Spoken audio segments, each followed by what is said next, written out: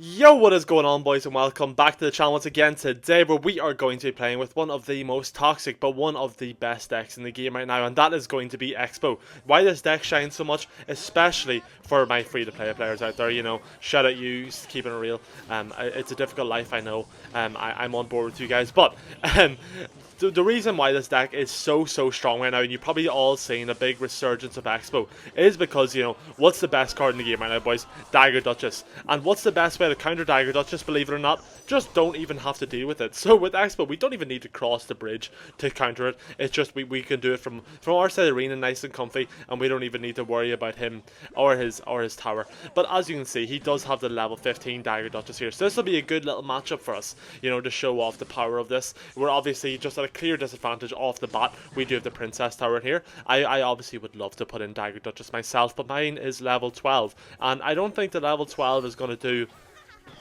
all that well against this guy's level 15 one and his level 15 troops. But Dagger Duchess doesn't need it. It probably honestly would do better than the level 15 Princess Tower, if I'm being real. It would have really surprised you guys, because it definitely wouldn't surprise me.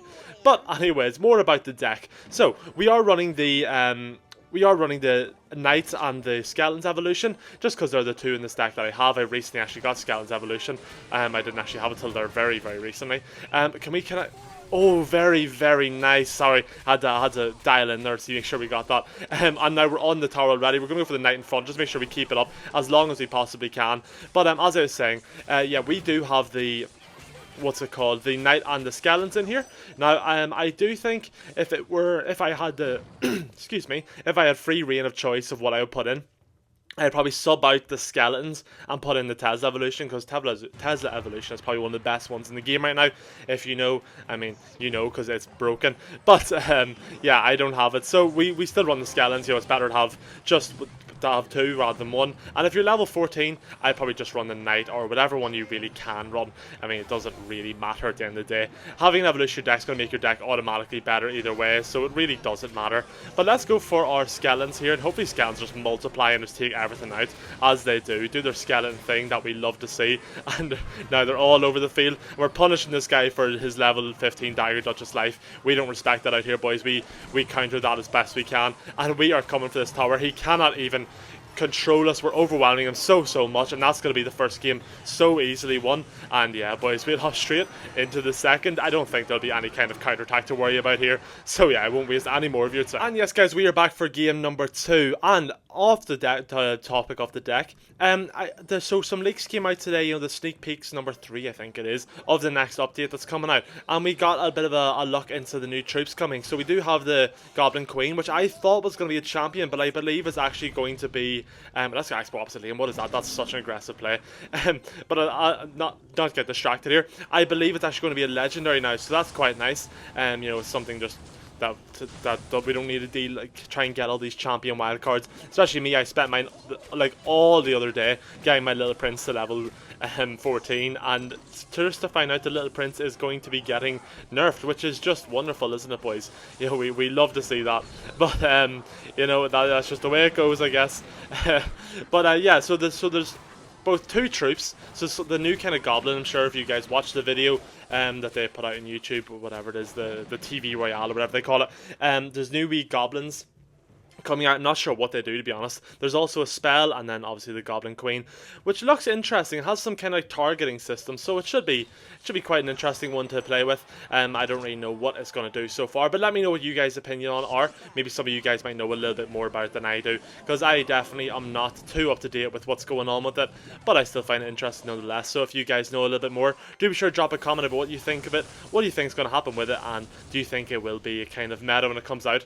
I mean, I think that's a bit of a dumb question to even ask you guys. Obviously, it's going to be meta. When have Clash Royale ever released a card that's not meta? That wouldn't make sense, because this game is a business, and that's all they see it as, apparently. But I understand it needs to make money, but still, it should be free to play, accessible.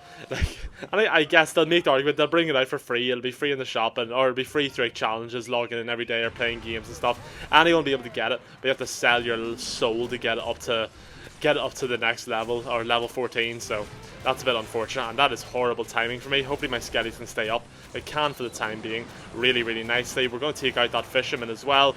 We just need to get rid of this evil wizard, and then I will be more than happy. Evil wizard's going to stay alive, actually, which is a little bit unfortunate for us, but that's not too big a worry for us. Let's go for the little prince here down low. And I'm actually just going to log the evil wizard. I want to get it off the field as quick as we can. Going to go for the Xbow in the back here. Try and put a bit of pressure on him to get this golem down sooner than he wants to. And we're going to. I don't think he would have wanted to go for it that soon, but maybe he would have. Golem players are a different breed, and I don't understand them fully, to be honest. You know, their goals are beyond anything I can comprehend. But there are really bad skeletons out of me. Let's go for a log here, and we'll go for the Tesla in the center. Would have been really, really nice if that Night Witch had fallen, but it didn't. We can just get rid of it with our E-Spear right now, though, hopefully. Anytime today, there we go. Pretty clean defense, to be honest. Let me go for my Xbow down quite low here. This might be a bit of a hard defense comparatively. So let's go for the little prince. Gonna go for the skeletons here, just to keep that. Just to keep the fisherman a bit preoccupied for the time being, and I'm not sure if we can defend this, to be honest. Okay, we'll go for the E-Wiz here, or the E-Spirit here, and yeah, it's just going to be too much for us to clean up, I think, boys. Unfortunately enough, you know, that's the way it goes sometimes, but you know, you win some, you lose some, and that's up shooting the game number 3. And yes, guys, we are back for the third and final game here against Son Goku, and that is a name that I can get behind and I can respect. But anyways, boys, so one thing I haven't actually touched on so far is the next card coming up, and that is going to be the Rocket. Now, we know, as you guys have seen probably, we have the Rocket in this deck, and whenever you have the Rocket in a deck, it just makes it so much nicer, especially in this current meta where, you know, spell cycling and things is very, very popular. Very popular, and if you don't know, then I envy you, because spell cycling is kind of ruining the game, to be honest, and that's such a nice lock on for me. We can keep this alive for a little while and get some nice damage off. But yes, as you guys know, I'm sure a lot of you guys that are especially in the higher leagues, spell cycling is just kind of become a bit of an issue in this game. You know, as I was saying, the best way to deal with Dagger Dust is just not cross the bridge, and that's what people have took literally. So the best deck in the game right now is that Princess Rocket deck. That is it's just so boring to play against, and I'm sure, you know, as you guys are pushing up through the leagues this season, you'll also notice that, because it is just awful, boys. There's just nothing to it. It's just so boring to play both with and against. So, you know, I'm not running that. I'm actually running a Logbia deck this season. I kind of got a bit bored of the same old hog deck every season, so I decided to switch things up, you know, and, you know, go for something else, and I'm having a lot of fun with it. You know, it has been a bit of a difficult early season, especially whenever you change decks. Things can be a bit rough, and also, you know, as a free-to-play player, sometimes your deck limitations are kind of within the guidelines of what levels you have up, so you kind of have to use cards that might not be the most ideal in the deck. I'm sure a lot of you guys kind of get that same scenario, where it's not always ideal, but, you know, it is what it is, and you just kind of have to put up with it and use what you can. So I am in League 8 right now, which I know isn't high. I'm sure a lot of you guys are much, much higher, but, you know, I'm not doing too bad for myself so far. I had a bit of a rough start to the season, to be honest, so I'm happy enough, to be honest, like, with where I am. We're slowly grinding up the ranks, boys, so we will get there, and you know, it's a grind, it definitely is, but we'll get there eventually, boys. I'm sure you guys are all pushing up really nicely. Let me know where you guys are trying to get to this season. You know, maybe you guys have aspirations of how high you want to go. I don't know. I'm just trying to hit Ultimate Champion, you know, same as every season. Like, I don't really care about going up too high. I just want to hit it, and then I will be pretty happy with myself. It's just always nice to hit that Ultimate Champion. You know, it just both for the ego and just for, you know, it's a nice thing to do, especially whenever you're not someone that really cares about getting right to the top every time. Which, like me, I think it's not. I'm never going to push to the top of ladder. I wish I could, but I will not. Being realistic with myself, but. Anyways, I'm getting so off topic here, but yeah, as I was saying, just let me know what deck you guys are on this season, because I'm really not sure. Like, I've kind of ran through a load of different decks in the come up this season, and I think that's why I found the start of the season just that little bit harder, because I couldn't really settle on one deck. I kept changing my mind, wanting to play this, wanting to play that, and by the way, that was unbelievable. That was beautiful. But I kept wanting to play different decks and just not really committing myself to one and learning, you know, your matchups and everything, which I think is always going to be so important, guys. So you know, if you don't know, you really should get to know your matchups. They will make things a lot easier. Make, you know, your interactions. It will always make the game a lot easier for you whenever you know your interactions, your elixir trades, things along them lines, you know. But I've got really off topic today. Anyways, I hope you guys enjoyed the little conversation. You know, sometimes it's fun to just have a sit back and have a little chat. But this is becoming a bit of a struggle here, so I might honestly have to start rocket cycling. I know, I don't like doing it, boys, but sometimes you gotta do what you gotta do, especially whenever your opponent's just got...